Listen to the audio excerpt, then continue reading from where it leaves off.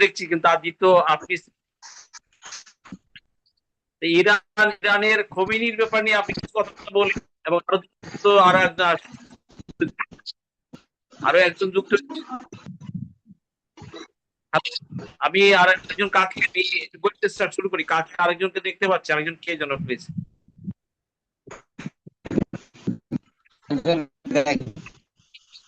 হ্যাঁ,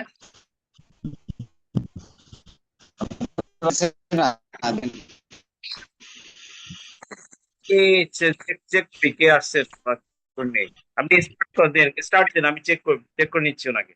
ওই স্টার্ট দেন। দেখুন,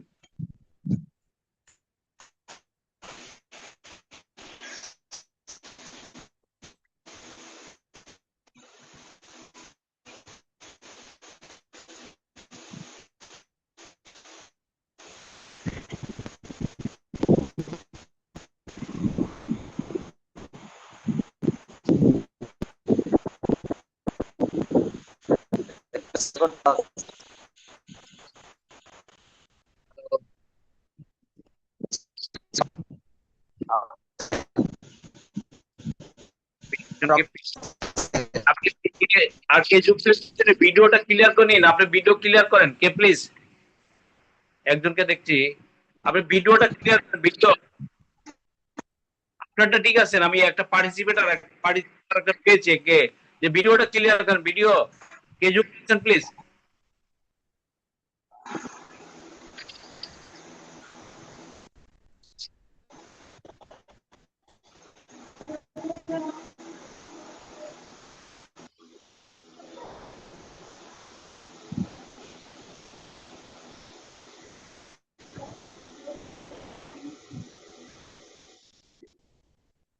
নাম্বার 4। হ্যালো। আচ্ছা, আমি আমি আপনি এরা মধ্যপ্রাচ্য নিয়ে কিছু কথা বলতে পারছেন, আমি ওনাকে যুক্ত করতেছি। একজন একজন যুক্ত হয়েছেন।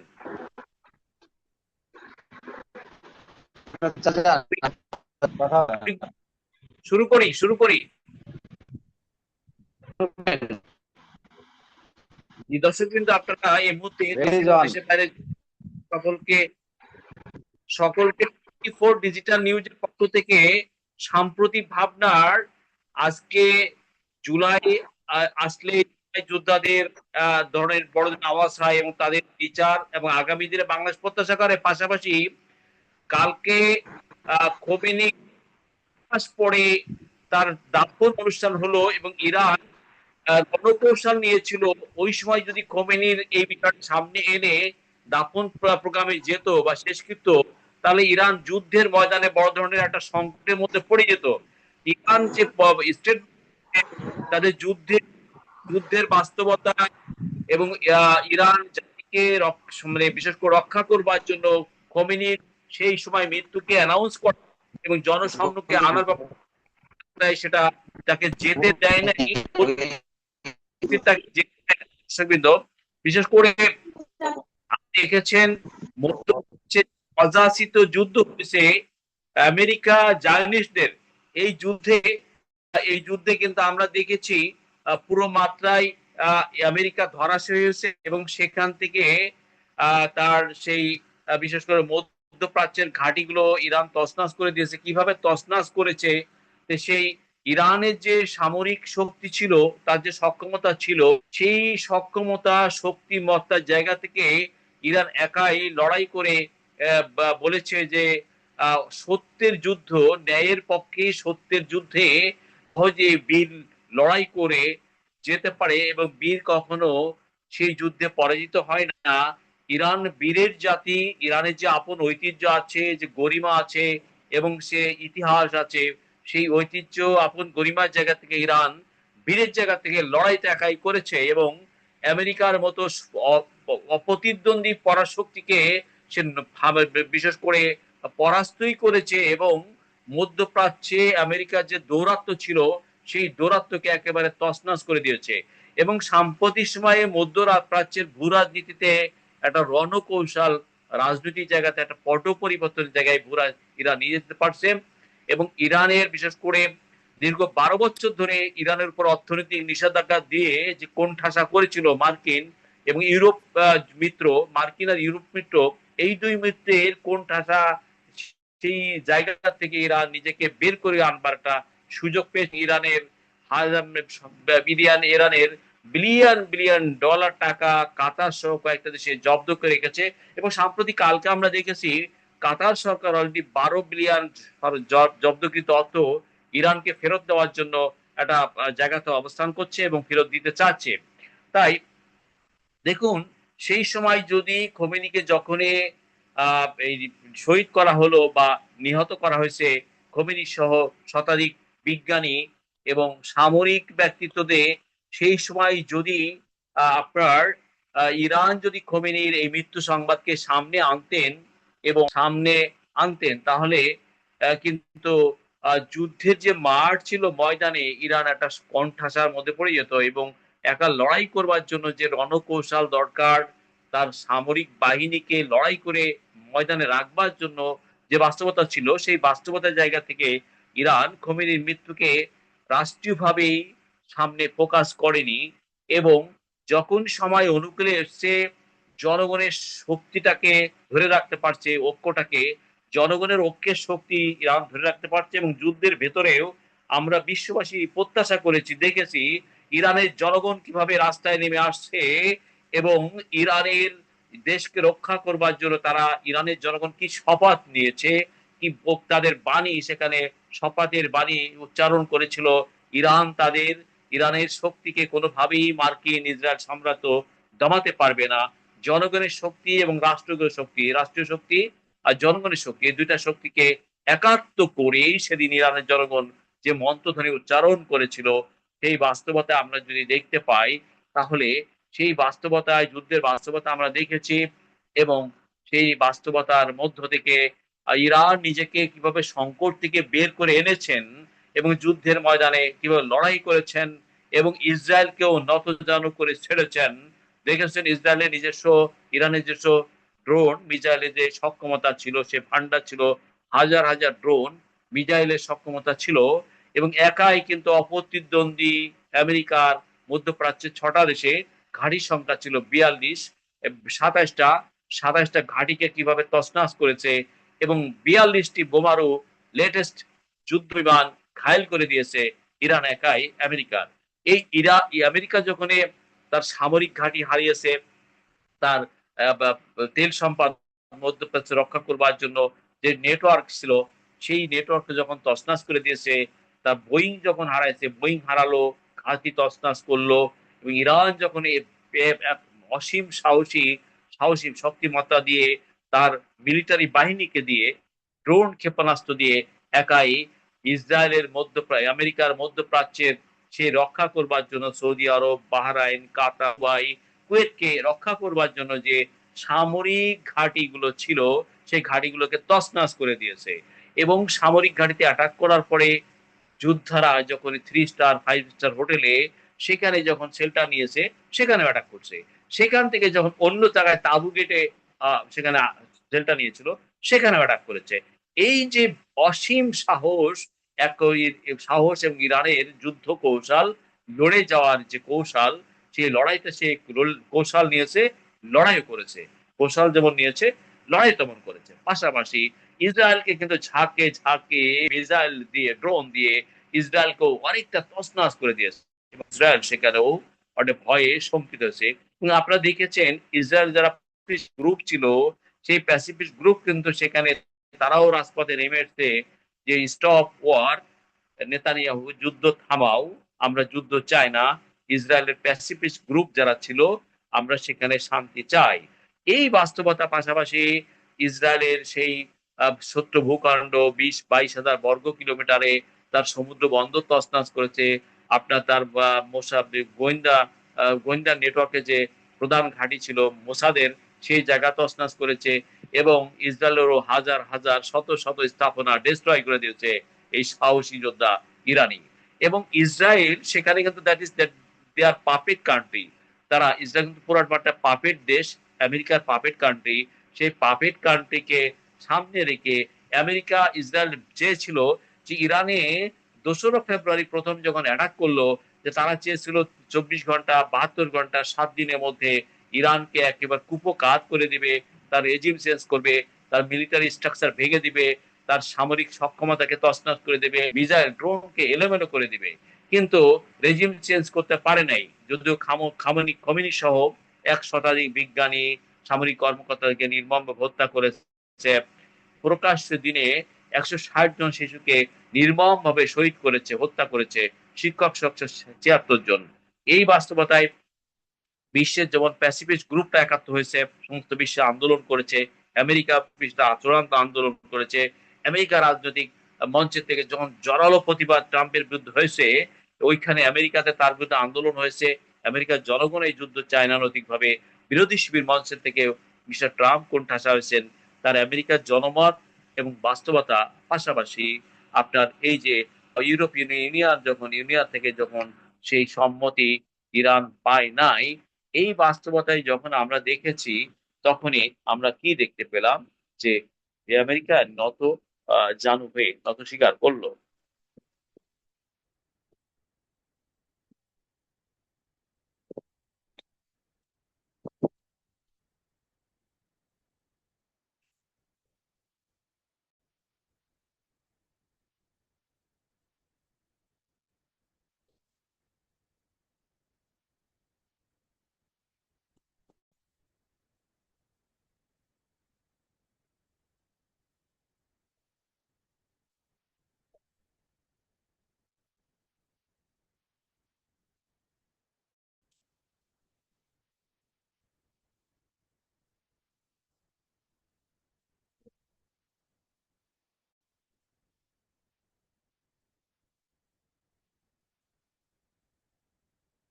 হ্যাঁ, প্রিয় বন্ধুরা, আমি আপনাদের নেটওয়ার্ক প্রবলেমের কারণে ছিলাম না।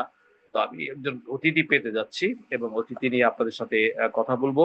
তো দেখুন, ইরান যে স্ট্র্যাটেজিতে ছিল, এই স্ট্র্যাটেজিতে থাকার কারণে ইরান কিন্তু যুদ্ধটাকে, লড়াইটাকে টিকিয়ে রেখেছে।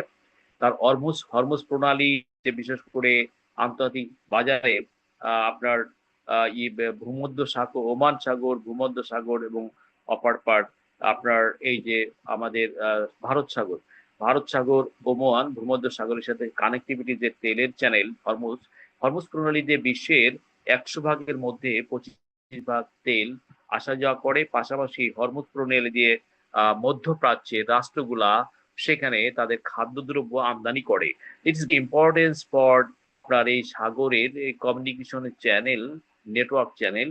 ইরান কিন্তু এখনো সেখানে, সে পানিপথেও সে যুদ্ধ লড়াই করে আমেরিকাকে সেখানে নাস্তানুবাদ কোণঠাসা করেছে। পাশাপাশি আপনার ওইখানে দুই অপ্রতিদ্বন্দ্বী পরাশক্তি, আমেরিকার নাম্বার 1 সুপার পরাশক্তি, ইসরায়েল নাম্বার 7 সামরিক শক্তি। এই 1 আর 7, দুই অপ্রতিদ্বন্দ্বী শক্তিকে কিভাবে তারা নাস্তানুবাদ ইরান করেছে এবং আলোচনার টেবিলে নিয়ে গেছে। সেই আলোচনার টেবিলে পাকিস্তান অত্যন্ত গুরুত্বপূর্ণ ভূমিকা পালন করেছে এবং তুরস্ক, বাহরাইন, কাতারও সেখানে, কাতারও জোরালো ভূমিকা রেখেছে, তুরস্ক রেখেছে এবং পাকিস্তান একটা ঐতিহাসিক গুরুত্বপূর্ণ অধ্যায় সূচনা করলো। কূটনৈতিক বিশ্বে পাকিস্তানের অবস্থানটা আরো শক্তিশালী হয়েছে এবং পাকিস্তান এখানে প্রমাণ করতে চাইছেন যে পাকিস্তান বিশ্বে যুদ্ধ চায় না, পাকিস্তান শান্তি চায়। এই পাকিস্তানের আন্তর্জাতিক বিশ্বে পাকিস্তানের পররাষ্ট্রনীতি, পাকিস্তানের অবস্থান, পাকিস্তানের এই কৌশল অত্যন্ত প্রশংসিত হয়েছে এবং প্রশংসার স্থানে পাকিস্তান অবস্থান করছে। পাকিস্তানের এই ভূমিকাকে ভারত যখন কোণঠাসা, ভারত কোনোভাবেই এটাকে মেনে নিতে চাইছেন না। ভারতের গায়ে অলরেডি লোমে একটু শিহরণ জেগেছে এবং ভারতও উস্কানি দেওয়ার চেষ্টা করছে আফগানিস্তানের সাথে পাকিস্তানের যুদ্ধটাকে প্রলম্বিত করা, কিন্তু পাকিস্তান আফগানিস্তানের যুদ্ধটা প্রলম্বিত হয় নাই। এবং ইরান যেটা চাইছে, হরমুজ প্রণালী তার ম্যানেজমেন্টে থাকুক। নাম্বার 2 হলো বিদেশি ইরানের জব্দ আছে অর্থ, সেটা পাশাপাশি ইসরায়েলের জারি সরকার ফিলিস্তিনিকে যে একচেটিয়া ভাবে ফিলিস্তিনিতে নারকীয় গণহত্যা চালাচ্ছে ইসরায়েল, এবং লেবাননেও তছনছ করতেছে, সেই লেবাননে তছনছ করার জন্য বন্ধ হয়, ইসরায়েল কোণঠাসা হয়, অধিকৃত ফিলিস্তিনের গাজা যেন ইসরায়েল কোনোভাবেই দখল করতে না পারে, সেই বিশ্ব জনপদকে গাজা ফিলিস্তিনিদের পক্ষে অলরেডি নেওয়ার চেষ্টা করছে ইরান, এবং ইরানের প্রক্সি বাহিনী আছে, ইয়েমেন আছে, লেবানন আছে, এবং গাজা আছে। এই যে প্রক্সি বাহিনী দিয়ে ইরাক সহ ইরাক, ইয়েমেন, লেবানন এবং ফিলিস্তিনি, এই প্রক্সি বাহিনীকে সামনে রেখে ইরান গাজা ইসরায়েলকে কোণঠাসা করতে পারছে, এবং ইসরায়েলকে লেবাননের অ্যাটাক থেকে যাতে সে নিবৃত থাকে, আমেরিকা নিয়ে এনে লেবানন ইসরায়েল সাথে একটা কন্ট্যাক্ট করেছে, এবং সে কন্ট্যাক্টে চুক্তি তো হয়েছে। বিশ্ব বাস্তবতা আমরা যেটা দেখতে পাচ্ছি, চুক্তি কিন্তু হয়েছে। চুক্তি ইসরায়েল মানুক আর না মানুক, সেই ইসরায়েল না মানে তো ইসরায়েল কিন্তু বিশ্বের কাছে একটা কালার্ড হচ্ছে, এবং আন্তর্জাতিক মহলে ইসরায়েলের ভাবমূর্তির কোণঠাসা হচ্ছে। যুদ্ধবাজ নেতানিয়াহু তার যুদ্ধের বাস্তবতায় সে নিজেকে আর গোটায় নিতে পারছে না, এবং নিজেকে সেখান থেকে ফিরে নিতে পারছে না। এই যে বাস্তবতা ইসরায়েল অবস্থান করছে, যদিও নেতানিয়াহু তার রসদ ভান্ডারও কিন্তু আজকে ক্রাইসিস দেখা দিয়েছে। ইসরায়েলের যে রসদ ভান্ডার আছে, সেই ভান্ডারে একটা ক্রাইসিস আমরা দেখতে পাচ্ছি। তো এই বাস্তবতায় এখন মধ্যপ্রাচ্যে ইরানের ভাবমূর্তি বেড়েছে। মধ্যপ্রাচ্যে ইরানের বিশেষ করে ইরানের যে সামরিক সক্ষমতা আছে, যে শক্তি অর্জন করেছে, ইরানের ভূ রাজনীতি থেকে তার অবস্থান, সামরিক সক্ষমতা এবং কৌশল মধ্যপ্রাচ্যের দেশগুলো এখন সামনে আনতে পেরেছে। এবং মধ্যপ্রাচ্যে বা সৌদি আরব, বাহরাইন, কাতার, দুবাই সহ এই যে 6টা গালফ দেশ, যে আমেরিকার ঘাঁটিগুলো নিয়ে তারা সামরিক সুরক্ষার জায়গাতে অবস্থান নিতে চেয়েছিল, এবং তাদের তেল সম্পদ রক্ষা করতে চেয়েছিল। তাদের তেল সম্পদ কিন্তু রক্ষা করতে পারার ক্ষেত্রে কোণঠাসা হয়েছিল। এই বাস্তবতা যখন এই মধ্যপ্রাচ্যের দেশগুলো দেখলো, তখন কিন্তু তারা অপরাপর আপনার এই জায়গা থেকে মধ্যপ্রাচ্যের দেশগুলো কিন্তু সৌদি আরব, কাতার, বাহরাইন ইরানকে গুরুত্ব দিচ্ছে, এবং কাতার অলরেডি ইরানের জব্দকৃত 12 বিলিয়ন সম্পদ ফেরত দেওয়ার জন্য একটা মধ্যস্থতায় যাচ্ছে। ইরানের এইভাবে কিন্তু কয়েকশো বিলিয়ন ডলার বিদেশে আমেরিকা নিষেধাজ্ঞা দিয়ে ইরানকে অর্থনৈতিকভাবে কোণঠাসা করেছে, যদিও একটা কোণঠাসা সংকটের মধ্যে ফেলেছে। কিন্তু সাম্প্রতিক এই যুদ্ধের বাস্তবতায় কাতার ইরানকে 12 বিলিয়ন ডলার ফেরত দেওয়ার জন্য একটা মধ্যস্থতায় গেছে। পাশাপাশি আপনার বিশেষ করে সুইজারল্যান্ডে এই যুদ্ধ যাতে দীর্ঘস্থায়ী একটা যুদ্ধ বিরতির দিকে যায় এবং মধ্যপ্রাচ্যের এই যুদ্ধের সংকট থেকে উত্তরণ ঘটে, সেই জায়গাতে সুইজারল্যান্ডে আলোচনা চলছে দুই দেশের, আমেরিকা এবং ইসরায়েলের মধ্যে। কিন্তু আমেরিকা খুনসুটি দিচ্ছে, নানান ধরনের কারণ নিয়ে আসে, আবার সে মাঝে মাঝে ইরানে অ্যাটাক করছে, হরমুজ প্রণালীতে অ্যাটাক করছে, ইরানে অ্যাটাক করছে। ইসরায়েল আমেরিকার যে ক্যারেক্টার, যে বৈশিষ্ট্য, এই ক্যারেক্টার বৈশিষ্ট্য জায়গা থেকে আমেরিকাকে আমরা দেখতে পাই। এই পর্যায়ে আমরা বিশ্ববাসী আমরাও চাই না যুদ্ধটা প্রলম্বিত হোক এবং মধ্যপ্রাচ্য ক্রাইসিস প্রলম্বিত হোক। মধ্যপ্রাচ্য ক্রাইসিস আমরা কোনোভাবেই আমরাও চাই না মধ্যপ্রাচ্যের যুদ্ধটা প্রলম্বিত হোক, এবং মধ্যপ্রাচ্যের গালফের দেশগুলা একটা তাদের কাছে যে খনিজ প্রাকৃতিক সম্পদ আছে, তেলের সম্পদ, স্বর্ণের সম্পদ, পেট্রোলিয়াম গ্যাস, তাদের কাছে খনিজ তেলের সম্পদ আছে, পেট্রোলিয়াম আছে অপরাপর। এই সম্পদগুলোর জন্য তারা সোর্সিং করতে পারে, সোর্সিং করে বিশ্বের বাজারে এটা আবার রপ্তানি করতে পারে, এবং মধ্যপ্রাচ্যের দেশগুলোতে তাদের বিশেষ করে প্রাকৃতিক সম্পদ সংরক্ষণ করতে পারে। তাদের সামরিক দিক থেকে তারাও যেন তাদের সার্বভৌমত্ব এবং সামরিক জায়গাটা ধরে রাখতে পারে। এই বাস্তবতায় মধ্যপ্রাচ্যের আজকে সাম্প্রতিক সময় কিন্তু সৌদি আরব ইরানের সাথে একটা সামরিক চুক্তি করেছে, এবং অপরাপর দেশগুলো যাচ্ছে। এই ইরান লড়াই করে আমেরিকাকে কোণঠাসা করেছে বিদায় সৌদি আরব, বাহরাইন, কাতার ইরানকে গুরুত্ব দিচ্ছে, ইরানের সাথে সামরিক সুরক্ষার চুক্তি করতে যাচ্ছে, এবং ইরানের যে সম্পদ ছিল জব্দ করা সেটা ফেরত দেওয়ার দিকে মধ্যপ্রাচ্যের দেশগুলো যাচ্ছে। পাশাপাশি ইসরায়েল কিন্তু কোনোভাবেই ইরানের স্টেবিলিটি চায় না, এবং ইসরায়েল বেপরোয়া হয়ে তারা মাঝে স্টেটমেন্ট দিচ্ছে, হুমকি দিচ্ছে যে আমরা কোনোভাবেই ইরানের আমরা পারমাণবিক সক্ষমতা হতে দিব না, ইরানকে আমরা দাঁড়াতে দিব না। তো তোমাদের এত মাথায় এত পেন কেন? ইরান যদি মেরুদণ্ড সোজা করে তার উপর দাঁড়াতে পারে, তারপর সামরিক শক্তি, অর্থনৈতিক শক্তির জায়গায় একে ধরে রাখতে পারে। হ্যাঁ, ইরান যদি তার সামরিক শক্তি ধরে রাখতে পারে, অর্থনৈতিক পুনরুদ্ধারের দিকে যেতে পারে, তাহলে ইসরায়েল কিন্তু আরো কোণঠাসা হবে, এবং এই কোণঠাসা হওয়ার দরকার আছে। কারণ এই বেপরা ইসরায়েল 1948 সালে এখানে পাপেট কান্ট্রি হিসাবে উদ্বাস্তু শিবির হিসাবে আসছিল। সে 48 সাল থেকেই কিন্তু সে ফিলিস্তিনিকে স্বীকার করছে না, ফিলিস্তিনকে স্বীকৃতি দিচ্ছে না, ফিলিস্তিনকে মেনে নিচ্ছে না। 48 সালের থেকেই তারা সেই পর্যন্ত আপনার 7 থেকে 9টা যুদ্ধ করেছে ইসরায়েল। যুদ্ধ করে সে মিশরের গোলান মালভূমি দখল করছে, সিরিয়ার অংশ দখল করছে, লেবানন অংশ দখল করছে। ফিলিস্তিনি তো দখল করতে করতে 80 ভাগ, 100 ভাগের মধ্যে 80 ভাগ এলাকা ফিলিস্তিনি দখল করে নিয়েছে। যে ফিলিস্তিনে 80 ভাগ এলাকা দখল করছে, ইসরায়েলের লেবানন দক্ষিণ অঞ্চল দখল করছে, সিরিয়া অঞ্চল দখল করতেছে। এই দখলদারিত্বের জায়গা থেকে এই এই বেপরা ইসরায়েলকে থামানোর জন্য ইরান কিন্তু এখন সবচেয়ে শক্তিশালী কাউন্টার দিচ্ছে। আর মধ্যপ্রাচ্যের অন্য দেশগুলা আমেরিকার অনুগত ছিল, আপনার 6টা দেশ: সৌদি আরব, বাহারাইন, কাতার, দুবাই। তো এই জায়গাতে আমরা বাংলাদেশের অবস্থানটা চেক অ্যান্ড ব্যালেন্স করে বাংলাদেশের গভর্নমেন্টকে অবস্থান নিতে হচ্ছে। আমেরিকার সাথে সম্পর্ক ঠিক রাখতে হচ্ছে, চায়নার সাথে সম্পর্ক রাখতে হচ্ছে, ভারতের সাথেও সম্পর্ক দ্বিমুদ্রণ সম্পর্ক যেখানে বাংলাদেশ থাকতে চায়। এই যে বাস্তবতা, এই বাস্তবতা বাংলাদেশ ত্রিমেরু কূটনৈতিক সম্পর্কের জায়গাতে নিজেকে চেক অ্যান্ড ব্যালেন্স রেখে তার অবস্থান ধরে রাখতে চায়। কারোর সাথে সরাসরি যুদ্ধে অবতীর্ণ হতে চায় না। বাংলাদেশের স্ট্র্যাটেজি ঠিক আছে বর্তমান বাস্তবতায়। এবং নতুন সরকার, বিএনপি সরকার, তারেক রহমানের সরকার, জনাব তারেক রহমানের সরকার, মাননীয় প্রধানমন্ত্রী এবং প্রশংসিত একজন ব্যক্তিত্ব আমাদের সকলের, উনার সরকার চাইছে চেক অ্যান্ড ব্যালেন্স করে পররাষ্ট্রনীতি নির্ধারণ করে, চেক অ্যান্ড ব্যালেন্স করে বাংলাদেশের অবস্থান থেকে আন্তর্জাতিক বিজয় ধরে রাখা, কারোর সরাসরি চক্ষুশীল না হওয়া। চীনের সাম্প্রতিক সময় মানে প্রধানমন্ত্রী তারেক রহমান মালয়েশিয়া সফর করছেন, চীন সফর করেছেন এবং সেখান থেকে মোটা দাগে দেশের জন্য কিছু অর্জন করে নেওয়ার চেষ্টা করেছেন, সেই মেসেজটা দিয়েছেন। পাশাপাশি আমেরিকার সাথেও চেক অ্যান্ড ব্যালেন্স সম্পর্কটা বাংলাদেশ রাখতে চাচ্ছে। আমেরিকা যেহেতু অপ্রতিদ্বন্দ্বী শক্তি, বিশ্বের আপনার শতাধিক ঘাঁটি আমেরিকায় রেখেছে এবং বিশ্বের সামরিক কর্তৃত্ব আমেরিকা ধরে তার অবস্থায় চেষ্টা করছে। পাশাপাশি ভারত আমাদের প্রতি কিছুটা অখুশি আছে এবং বিশেষ করে গত 1.5 বছর ভারত এর আগে 17 বছর বাংলাদেশের উপরে যে আধিপত্য বিস্তার করেছিল, সেই আধিপত্য জায়গা থেকে জুলাই আগস্ট আন্দোলন এই আধিপত্য জায়গা থেকে মুক্ত করবার জন্য একটা বড় ধরনের সাহসী ভূমিকা রেখেছিল। সেই জায়গাতে গত 1.5 বছর ভারত আমাদের উপরে খুব একটা খবরদারি করতে পারে নাই এবং আমাদের ভারতের যে সুবিধাগুলো, সেই সুবিধাগুলো একচেটিয়া ভারত নিতে পারে নাই। আধিপত্য বিস্তার করা, তার সুবিধা নেওয়ার ক্ষেত্রে ভারত সেই সুবিধা করতে পারে নাই, এখনো করতে পারছে না।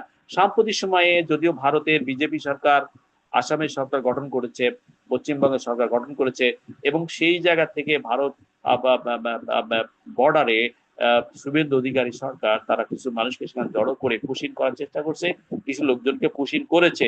বাংলাদেশকে ভারত চাচ্ছে একটু চাপের মধ্যে সৃষ্টি করে, বিশেষ করে সৃষ্টি করে যাতে ভারত বাংলাদেশে এগিয়ে তার সাথে মানে নতজান হয়ে সম্পর্ক দ্বিমেরুকরণ সম্পর্কের দিকে যায়। ভারত সেই জায়গায় বাংলাদেশ সেখানে যেতে চাচ্ছে না। বাংলাদেশ সরকার চাচ্ছে যে বন্ধু প্রতিবেশী হিসাবে চেক অ্যান্ড ব্যালেন্স সম্পর্ক থাকবে। ভারতের সাথে অর্থনৈতিক যে বিষয় আছে, বাণিজ্যের যে বিষয় আছে, অপারাপার যে বিষয় আছে, সেটা চেক অ্যান্ড ব্যালেন্সের মধ্যে দিয়ে হবে এবং সমঝোতার মধ্যে দিয়ে হবে। বাংলা সরকারের দৃষ্টিভঙ্গি ভালো আছে এবং চমৎকার সেই জায়গা থেকে বাংলাদেশের অবস্থান আমরা দেখতে পাচ্ছি। তো বাংলাদেশের এই অবস্থান, বাংলাদেশের এই দৃষ্টিভঙ্গি যথেষ্ট একটা পজিশনে আছে চেক অ্যান্ড ব্যালেন্সে এবং আমরা সেটা চাই। পাশাপাশি সাম্প্রতিক সময়ে জুলাই আগস্ট আন্দোলনের সেই রক্তস্নাত সৈনিকরা প্রধানমন্ত্রী তারেক রহমানের সাথে মিটিং করেছেন এবং সেখানে নিহত যারা হয়েছেন সেই শহীদ পরিবারে তারা জোরালো বিচার চাইছেন। কারণ সেই প্রকাশ্যে ফুটেজটা দেখা যাচ্ছে যে সরকারের বাহিনী সেখানে নিচে প্লেন জায়গা থেকে গুলি করছে, ঢাকা সহ ঢাকা বাংলাদেশের বিভিন্ন জায়গায় উপর থেকে গুলি করেছে। তো হাজার মানুষ সেই আপনার আবু সাইদ, মুগ্ধ, ওয়াসিম এবং অসীম সহ বিশেষ করে অনেক শিশু মারা গেছে, 60-এর উপরে শিশুকে নির্মম ভাবে হত্যা করা হয়েছে, কিশোর মারা গেছে, স্টুডেন্ট মারা গেছে 1000-এর উপরে। এই কিশোর স্টুডেন্টের যে আত্মত্যাগের জন্য যথাযথ মূল্যায়ন হয়, যারা এই হত্যাকারী ছিলেন তাদের বিচার জন্য ইতিহাসে হয়। পাশাপাশি নাম্বার 2 হলো যে আগামী দিনের বাংলাদেশ একজন কয়েকজন পঙ্গু সেই জুলাই যোদ্ধা এসে বলছেন যে আমাদের রক্তের বিনিময়ে বাংলাদেশের গণতন্ত্র পুনরুদ্ধার হোক এবং বাংলাদেশের জনগণ ভালো থাকুক, তাদের সামষ্টিক মুক্তির জায়গা বাংলাদেশের জনগণ খুঁজে পাক, তাদের নাগরিক অধিকার, তাদের মৌলিক অধিকার এবং তাদের বেঁচে থাকার অধিকার জন্য গ্যারান্টেড হোক, নিশ্চয়তা হোক। এই প্রোগ্রামে মাননীয় প্রধানমন্ত্রী তারেক রহমান তিনি নিজেও তাদের সাথে একই কণ্ঠ উচ্চারণ করে বলেছেন যে আমিও চাই, কারণ মাননীয় প্রধানমন্ত্রীর ভাই এই সময় মারা গেছেন, ছোট ভাই কোকো, এবং ওনার মাম্মা শারীরিকভাবে নির্যাতিত হয়েছেন এবং ক্যান্টনমেন্টে বাড়ি থেকে ওনাদেরকে সে জোর করে ওনার আম্মাকে এখান থেকে বের করে দেওয়া হয়েছিল। তাই ওনার মায়ের উপরে যেমন শারীরিক মানসিক চর্চা হয়েছে, জনাব তারেক রহমান তার উপরে যেমন অনিলেবেনের সরকার তার উপরে একটি অমানবিক নির্বাচন করেছেন, দেশ থেকে বাধ্য করেছেন। জনাব তারেক রহমান মানে প্রধানমন্ত্রী তার উপরে, ওনার মায়ের উপরে এবং ওনার পুরো পরিবারের উপরে রাজনৈতিক, শারীরিক সমস্ত নির্যাতন নিপীড়ন চলেছে। এই বাস্তবতাকে উনি সামনে রেখেছেন এবং জগতের মধ্যে যেসব শিশু কিশোর নিহত হয়েছেন তাদের বিষয়টা, যেসব ছাত্র বন্ধুরা নিহত হয়েছেন, তাদের পরিবার যারা পঙ্গুত্ব আছেন তাদের, এই বিষয়কে সামনে রেখে তিনি অঙ্গীকার করেছেন ঐতিহাসিক জায়গা থেকে তারেক রহমানের সরকার, বিএনপি সরকার এই বিষয়টা অবশ্যই সামনে রাখবে। এই বিষয়টার আবেগের জায়গাতে গুরুত্ব দিবে, মূল্যায়নের জায়গাতে গুরুত্ব দিবে, মর্যাদার জায়গাতে গুরুত্ব দিবে। আগামীতে এক্সাম্পল হবে ইতিহাসের জায়গা থেকে। কেউ যদি কখনোই বর্তমান সরকার থেকে শুরু করে গণতান্ত্রিক ভাবে নির্বাচিত হয়ে জনগণের জনমতের বিরুদ্ধে অবস্থানে না যায়, জনগণের আবেগের বিরুদ্ধে অবস্থান না যায় এবং জনগণের রাজনৈতিক অধিকার যেন কেউ হরণ না করে, জনগণের কথা বলার অধিকার, জনগণের রাজনৈতিক অধিকার, জনগণের মৌলিক অধিকার, জনগণের সামষ্টিক নিরাপত্তাগত অধিকার এবং জনগণের অর্থনৈতিক অধিকার, এই জনগণের মৌলিক অধিকার, রাজনৈতিক অধিকার, সামষ্টিকভাবে নিরাপত্তার অধিকার এবং জনগণের বেঁচে থাকার অধিকারের গ্যারান্টি যে দিতে পারে এবং বাংলাদেশকে প্রকৃত গণতান্ত্রিক দেশের জায়গায় সে পুনরুদ্ধারের জায়গায় যে নিতে পারে, আত্মমর্যাদার জায়গায় যে নিতে পারে, অর্থনৈতিক মুক্তির জায়গায় নিতে পারে, এমন একটি কার্যকরী সরকার জন্ম দেখতে চায়। কিন্তু সামষ্টিক সভায় যদিও ঘটে যাওয়া গত মাসেই আপনার ৭৮টি মবের ঘটনা আমরা দেখেছি। তাই বাংলাদেশের জনগণ আমরা কোনোভাবেই বাংলাদেশের জনগণ আমরা কোনোভাবেই আমরা বাংলাদেশের জনগণ কোনোভাবেই মবের মতো ঘটে যাওয়া কোনো ঘটনায় আমরা দেখতে চাচ্ছি না। ৭৮টা কেন, একটি ঘটনাও যেন মবের মতো ঘটনা না ঘটে। জনগণ উচ্ছৃঙ্খল অবস্থায় আইন হাতে নিয়ে বেপরোয়াভাবে অন্য মানুষের উপর নির্যাতন না করতে পারে, অন্য মানুষকে হত্যা না করতে পারে, এইটা এখন আমরা জনগণ চায় না। কারণ এটা কেমন গণতান্ত্রিক সরকার হয়েছে, সরকারের জনসমর্থন আছে, রাজনৈতিক নেটওয়ার্ক আছে, সরকার তার জনসমর্থন দিয়ে রাজনৈতিক নেটওয়ার্ক দিয়ে মবকে বন্ধ করুক। পাশাপাশি অনিয়ম দুর্নীতির মধ্য দিয়ে ছোট ছোট প্রজেক্ট বলুন, বড় প্রজেক্ট বলুন, ব্যাংকিং সেক্টর বলুন, অর্থনৈতিক কোন সেক্টরে অরাজকতা সৃষ্টি কেউ না করতে পারে, অনিয়মের মধ্যে দিয়ে অর্থ কামাই না করতে পারে, সেই অর্থ বিদেশে লুটপাট করে বিদেশে পাচার না করতে পারে, এই জায়গাতে সরকারকে মোটা দাগের অবজারভেশন জায়গাতে রেখে এবং অনিয়ম দুর্নীতি কিভাবে রোধ করা যায়, এই পাইপলাইন গুলো বন্ধ করা যায়, সেই জায়গা থেকে মাননীয় তারেক রহমান সরকার কড়া পদক্ষেপ নেবেন এবং চোর দুর্নীতিবাজ এবং অর্থ পাচারকারীরা যেন গ্রামীণ সমাজ থেকে শুরু করে নাগরিক সমাজের সর্বত্র, সেই শহর সভ্যতার সমাজে এবং রাজধানীর সমাজে এই পর্যায়ে তৃণমূল পর্যায় থেকে রাজধানী পর্যন্ত সে রাজনৈতিক চ্যানেলের নেটওয়ার্ক, প্রশাসনিক নেটওয়ার্ক থেকে শুরু করে নেটওয়ার্কের জন্য কেউ বেপরোয়া হয়ে না যেতে পারে, অন্যায়ভাবে অযথাভাবে নানান প্রজেক্টের মাধ্যমে, প্রজেক্টের থেকে হোক, ব্যাংকের থেকে হোক, আর অর্থনীতি ভাবে অবৈধভাবে ইনকাম করে আঙ্গুল ফুলে কলা গাছ হয়ে সুইস ব্যাংকে বিদেশে অর্থ পাচার না করতে পারে।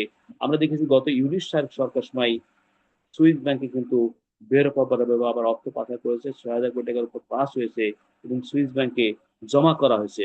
এই সুইস ব্যাংকের অর্থ ইউনিশ সরকার সময় কে বা কারা পাস করেছে, সেই বিষয়গুলো বর্তমান গণতান্ত্রিক সরকারকে গভীরভাবে এই বিষয়টাকে তদন্ত করা এবং সুইস ব্যাংকে যেন আর কোনোভাবেই অর্থ পাচার কেউ না করতে পারে, পাচারের মাত্রা কমে যায়, সে বিষয়টাকে গণতান্ত্রিক সরকারকে সামনে এনে এই বিষয়টাকে তদন্ত করা এবং সরকারের কাছে দুর্নীতি দমন কমিশন যেটা আছে এটাকে শক্তিশালী করা, দুর্নীতি দমন কমিশনের মাধ্যমে এটাকে যথাযথ ব্যবহার করে বাংলাদেশে প্রজেক্টের ভিতরে কেউ দুর্নীতি না করতে পারে, জনপ্রতিনিধিরা কেউ দুর্নীতি করতে না পারে, আঙুল ফুলে কলা গাছ না হতে পারে, এবং ব্যাংকিং সেক্টর থেকে অর্থ লোপাট করে বিদেশে আর পাস না করতে পারে, সেই জায়গাতে সরকারকে কড়া নজরদারি করা, সরকার এজেন্সিগুলোকে ব্যবহার করা, এবং যে পাস করেছিল সেই মোটা দাগের অর্থ যেন বিদেশ থেকে ফেরত আনার ব্যবস্থা যেটা হয়েছে, সেই ফেরতটাকে কার্যকরীভাবে সরকার কার্যকরী করে এই জায়গাতে ঘনিষ্ঠ শক্তিশালী ভূমিকা রেখে সরকার আগামী দিনে জনগণের কাছে দুর্নীতির মাত্রা কমিয়ে আইন শৃঙ্খলা পরিস্থিতি উন্নতি করে জনগণের নাগরিক সামষ্টিক নিরাপত্তার অধিকার সেই ঘরে এবং বাইরে, যে বিশেষ করে নারী বা শিশুদের উপরে যে নির্যাতন হয়, যে ধর্ষণ হয়, তাদের মৃত্যুর মুখে ঠেলে দেওয়া হয় নারীদেরকে এবং শিশুদেরকে, এই জায়গা থেকে সরকার বড় ধরনের সুরক্ষা দিয়ে সমাজকে সুরক্ষিত করতে পারে এবং আগামী দিনে জুলাই যোদ্ধাদের বিচার হয়, পঙ্গু জুলাই যোদ্ধা যারা আছে তাদের ট্রিটমেন্টের ব্যবস্থা করে তাদের পাশে সরকার দাঁড়াতে পারে এবং আগামী দিনের বাংলাদেশ হবে কাঙ্ক্ষিত নিরাপত্তার বাংলাদেশ এবং প্রতিবেশী বৃহৎ রাষ্ট্র যেই থাকুক না কেন তাদের প্রভাব থেকে বাংলাদেশ মুক্ত হয়ে বাংলাদেশ স্বশাসিত সার্বভৌমত্ব এবং অর্থনৈতিক জায়গা থেকে বিশ্বের দরবারে মাথা উঁচুকে দাঁড়াতে পারে। এবং সাম্প্রতিক সময় দেখেছেন শ্রীলঙ্কাতেও সেখানে জেনজিরা আন্দোলন করেছে এবং আমরা যেটা দেখতে পাচ্ছি শ্রীলঙ্কা ঘুরে দাঁড়িয়েছে, শ্রীলঙ্কা অর্থনৈতিক দিক থেকে স্বাবলম্বী হয়ে মাথা উঁচু করে আবার দাঁড়ানোর জায়গায় চলে গেছে, সক্ষমতার জায়গা থেকে। নেপালও ঘুরে দাঁড়াচ্ছে। আজকে নেপাল যদি পারে তার জেনজি আন্দোলনের মধ্য দিয়ে মানে গণতন্ত্রকে সঠিকভাবে সংরক্ষণ করা, শক্তিশালী করা, দেশের মানুষের অর্থনৈতিক মুক্তির আন্দোলনকে জোরদার করা, শ্রীলঙ্কা যদি পারে, যে নেপাল পারলে, শ্রীলঙ্কা পারলে আমরা কেন পারবো না? যারা গণতান্ত্রিক সরকার, তারেক রহমানের সরকার, আপনার সেই জায়গাতে আরো বলিষ্ঠ পদক্ষেপ নেবেন এবং জনগণের বেকার সমস্যা যেটা আছে, লক্ষ লক্ষ তাদের বেকার সমস্যার সমাধান কিভাবে করা যায় সেই জায়গাতে পদক্ষেপ নেবেন এবং নারী শিশুর জন্য এখানে নিরাপদ থাকে সেই জন্য কার্যকরী আইন শৃঙ্খলা রক্ষা উন্নতির জন্য যা করা দরকার সেই পদক্ষেপ নেবেন। পাশাপাশি রাজনৈতিক নেটওয়ার্কে, প্রশাসনিক চ্যানেলে, ব্যবসায়িক চ্যানেলে যেন অসাধুভাবে অন্যায়ভাবে অর্থ উপার্জন করে দেশের অর্থ বিদেশে পাস করে, বিভিন্ন দেশে পাস করে সেই অর্থ যেন আগামী দিনে ভোগ না করতে পারে, এই অন্যায়ভাবে অর্থ আয় করা, বিদেশে পাস করা, এই জায়গা থেকে চ্যানেলগুলো বন্ধ করতে হবে এবং বাংলাদেশের গণতন্ত্রের জন্য সঠিকভাবে সঠিক লেভেলে আগামী দিনে সেই দিকে বাংলাদেশ যেতে পারে। বাংলাদেশ কাঙ্ক্ষিত গণতন্ত্রের দেশ হোক, কাঙ্ক্ষিত অর্থনৈতিক উন্নয়নের দেশ হোক এবং বাংলাদেশ আগামী দিনে স্বাধীনতা তোমাকে পাওয়ার জন্য, সেই কবির ভাষায়, স্বাধীনতা তোমাকে পাওয়ার জন্য আর কতকাল রক্ত গঙ্গায় ভাসতে হবে আমার প্রিয় স্বাধীনতা। এই স্বাধীনতাকে পাওয়ার জন্য আমরা রক্ত গঙ্গায় ভাসতে চাই না এবং পাশাপাশি দেখা যাবে, ছোঁয়া যাবে, বলা যাবে না কথা, রক্ত দিয়ে পেলাম সালা রেকর্ড স্বাধীনতা। আমরা ওই ধরনের স্বাধীনতা আমরা জনগণ প্রত্যাশা এখনো করি না, আগামী দিনে করবো না। বাংলাদেশের জন্য গণতান্ত্রিক বাংলাদেশ হোক, যে স্বাধীনতার স্পিরিট নিয়ে, এবং এখানে সরকারি দল, বিরোধী দলের প্রত্যেকের রাজনৈতিক অধিকার এখানে নিশ্চিত হবে, জনগণের নাগরিক অধিকার নিশ্চিত হবে, জনগণের বেঁচে থাকার অধিকার নিশ্চিত হবে, জনগণের মৌলিক অধিকার নিশ্চিত হবে। বাংলার জন্য প্রখ্যাত ইকুয়ালিটি সোসাইটি থেকে বাংলায় যেতে পারে ন্যায়, ন্যায্য, সমতা, মানবাধিকার বাংলাদেশ। এখানে ন্যায়, ন্যায্য, সমতা, মানবাধিকার বাংলাদেশের জায়গা থেকে ধনী দরিদ্রের ব্যবধান কমবে, অর্থনৈতিক অসম জায়গা থেকে বিভাজন কমবে। এখানে ধরুন উচ্চশিক্ষায় যারা জনগোষ্ঠী তারা বড় হয়ে চাকরির